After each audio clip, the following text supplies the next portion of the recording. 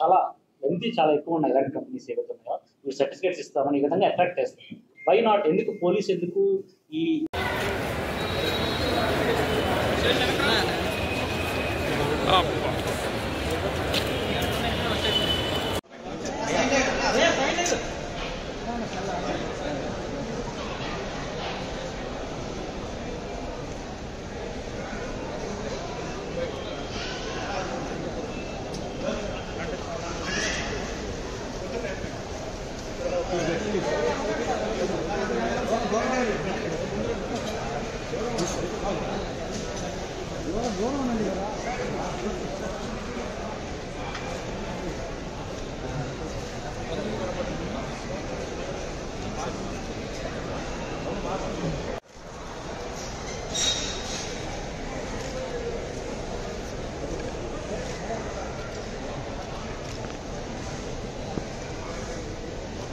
Sir okay okay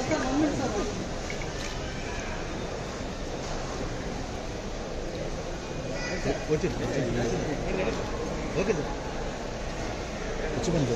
వచ్చాను sir okay sir.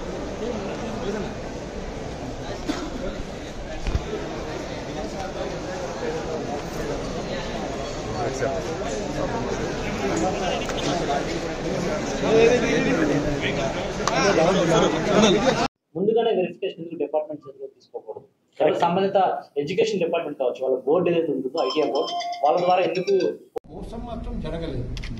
ఈ కేసులో ఏం జరిగిందంటే వాళ్ళు తీసుకెళ్లారు కానీ వాళ్ళు టెస్ట్ పాస్ చేయలేకపోయారు.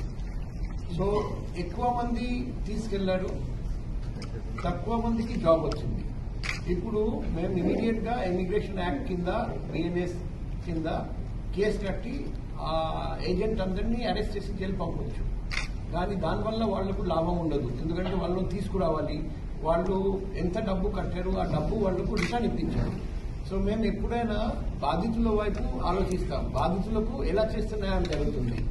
సో వాళ్లే చెప్తున్నారు మా డబ్బు మాకు ఇప్పించండి, మాకు రిటర్న్ తీసుకురండి, అది చేస్తేనే మాకు న్యాయం జరుగుతుంది. కానీ మీ ఇన్ఫర్మేషన్ కోసము మన జిల్లాలో మేము సర్వే చేస్తున్నాం. ఇటువంటి ఏజెంట్స్ ఎక్కడెక్కడ ఉన్నారు, ఎవరెవరు ఉద్యోగం కోసం పంపిస్తున్నారు. మన మినిస్ట్రీ ఆఫ్ ఎక్స్టర్నల్ అఫైర్స్ వాళ్ళ దగ్గర ఒక పోర్టల్ ఉంది.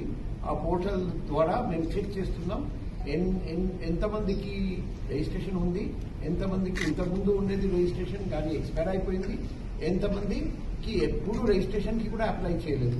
సో అది మేము ఇక్కడ హైదరాబాద్ లో ఇమిగ్రేషన్ ఆఫీసర్ ఒకరు ఉన్నారండి, ఆయనకు తెలియజేస్తాం, ఆయన కూడా చర్య తీసుకుంటామని అన్నారండి.